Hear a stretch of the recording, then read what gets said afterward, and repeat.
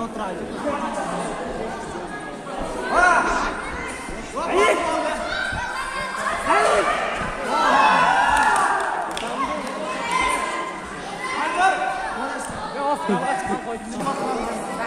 Mahmut ağayın balası 2 tane çıktı.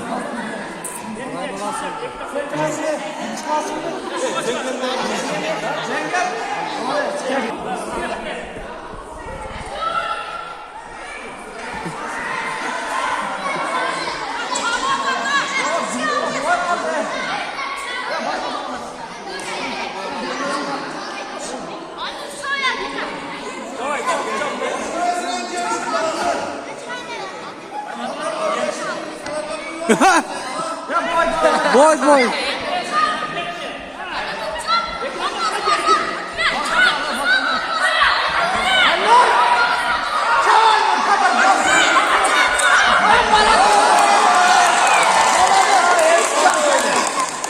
Buna 3 tane çaktı.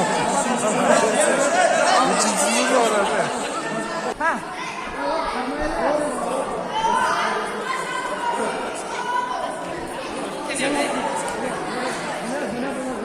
Ana gerek var.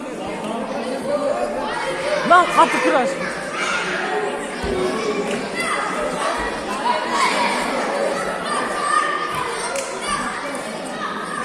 Şimdi selam.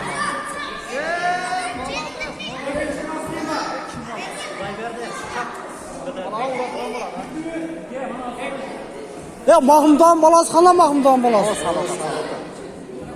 Ondan sonra Cengiz'e bir kovarak verip kovalar. 4-5. çavada da.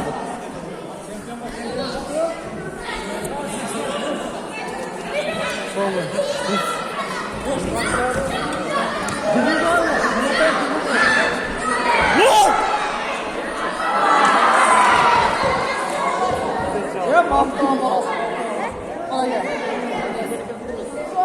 Ya aynı musun lan? Hayır. Ya bana şemsiye basmadılar. Oğlum. Şaşırdı. Ne misin? Hadi gel. Sen göster. Ya yok şemsiye var. Gümüş batarı gitmez.